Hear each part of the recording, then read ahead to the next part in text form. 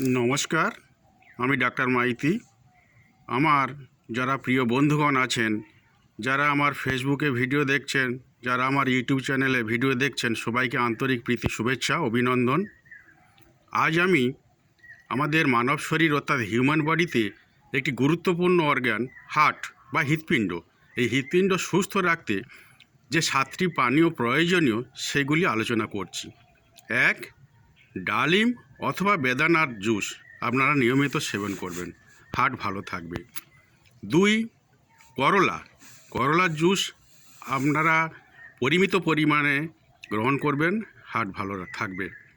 Coffee, অল্প পরিমাণ coffee অল্প করে দিনে সেবন করবেন একবার, হার্ট সুস্থ রাখতে সাহায্য করবে।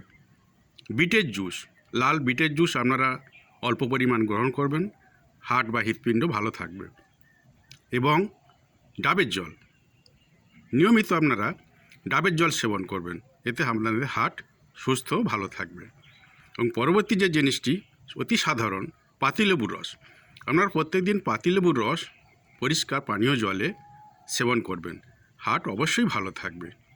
এবং গ্রিন টি, আপনারা প্রত্যহ অন্তত 2 বার গ্রিন টি সেবন করবেন, এতে আপনাদের হার্ট সুস্থ ও সবল থাকবে।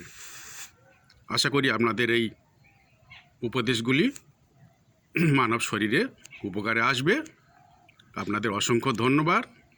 আপনারা সুস্থ ও সবল থাকুন। নমস্কার।